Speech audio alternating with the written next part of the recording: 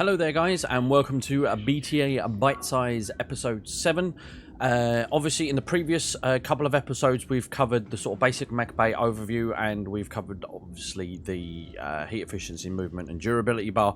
Now we're going to focus on actually doing something with your mechs. Now obviously early on you're not really going to have any equipment to mess around with. You're not going to be able to you're not going to be able to do super builds or anything on your mechs, but there are a couple of things that I personally would suggest you do when going through your initial ones and just checking the initial mechs that you've got, just to make your life a little bit easier. So first off, go in to each of your mechs and familiarize yourself with what actual weapon systems you have on each mechs, what their movement are, so you can kind of ascertain their abilities.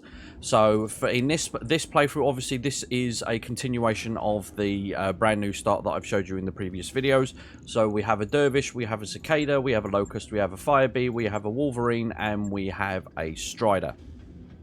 So first off, like I said, familiarize yourself. You don't actually have to go into every single mech. Obviously you can just have a scroll down through here. So from this build here, you can see that the dervish is kind of a sort of mid-close range damage build. We've got a couple of medium lasers, we've got Sir SRMs, and we've got Sir LRM 10 damage for some distance. Cicadas usually are primarily built for skirmish, so they tend to be medium short range, but they tend to move really fast. Locusts exactly the same, tend to have a bit of medium, bit of sort of medium range with medium lasers. And again, the light mechs early on, you're going to be basically looking at mobility as your armor, because that's what you're going to need. Stuff like the Wolverine, this is actually a really good one to have. So we've got Endo Steel, we've got UAC 5s, SRM 6s. So this is again the Wolverine is another good sort of like medium range damage dealer, but I hadn't also actually have the armor to do a bit of brawling as well. And likewise with the Strider, we've got some Endo Steel, which is pretty good. Endo Steel is usually pretty good to have. And we've got some small lasers and stuff. Now you can, like I said, you can go in and check your mechs in more detail. Now there are certain things that I would personally advise you change depending on your starting money and how much time you want to invest. But for example, primarily for me anyway, I find it a good idea to put your ammo in your feet as much as possible.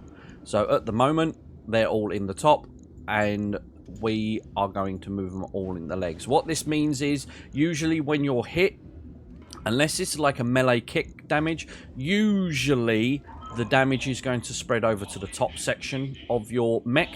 So having ammo in your arms is not good. Ammo is going to blow up, and when it blows up, it's going to take a large amount of your mech with it. Depending on how much ammo is left in the, I believe, depending on how much ammo is left in the bin, determines how much damage it will actually do. So if you've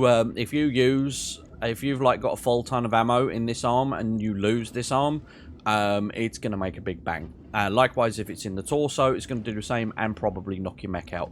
So it's usually a good idea early on to try and get the, try and move the ammo about a bit and put it somewhere where it's less likely to explode. It's only going to cost a very small amount of money to move. It's not like we're swapping out engines or anything. I also like to check to see if there's any sort of weird weapon systems that kind of don't really need to be in there, that the thing could be better used elsewhere. Like there's certain ones that will have primarily long range, and when you do it and they've got like one small medium laser, well, that small medium laser in this case isn't so bad. It does give you a little bit of DPM, but at this point in time, I personally would rather put the extra half a ton into armor. So you can add little bits of armor to each one and increase your survivability just that little bit more. You can see in the top left hand corner here that we actually have how many tons are remaining. So it will, if it's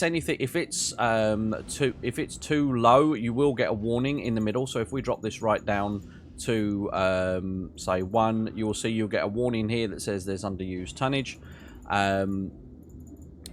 So bear that one in mind, but you want to just try and just up your armor a little bit, just to make yourself a little bit more survivable. And obviously be wary of where your weapon systems are. Like in particular with this one, we haven't got any weapon systems in the arms.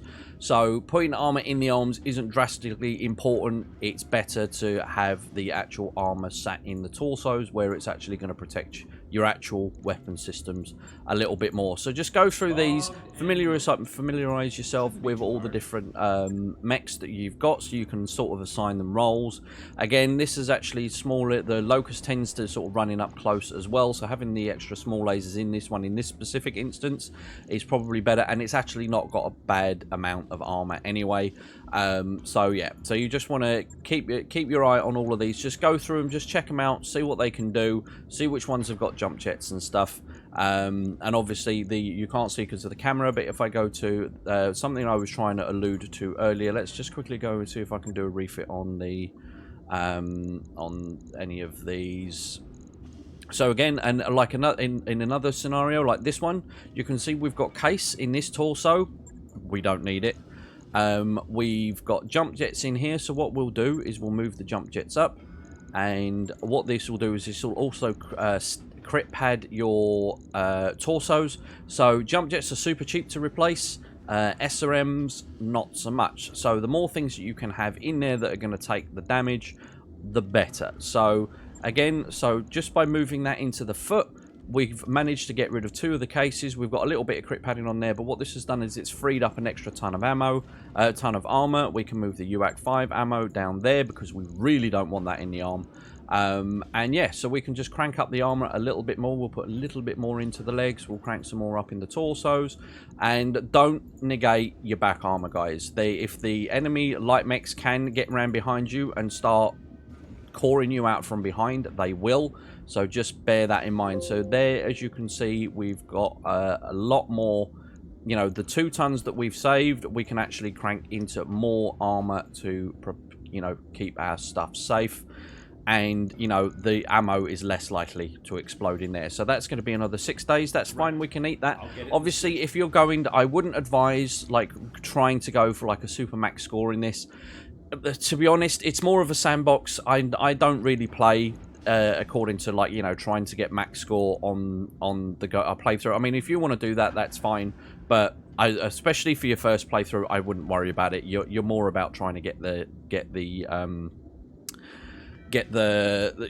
used to the game and how it works. A feature I've alluded to before is the task management. Again, this is very, very important to keep your eye on, especially early on. So at the moment, you can see we are going to need both of these anyway, but say for argument's sake, you're a couple of missions down the line and you actually need your Wolverine done before you need the Dervish done. You can see that there's little ups and down arrows here. If I press the up arrow, the Wolverine moves to the top of the board. It still will take 6 days, but it won't have to wait the 2 days for the Dervish to be done first in order for the Wolverine to become done.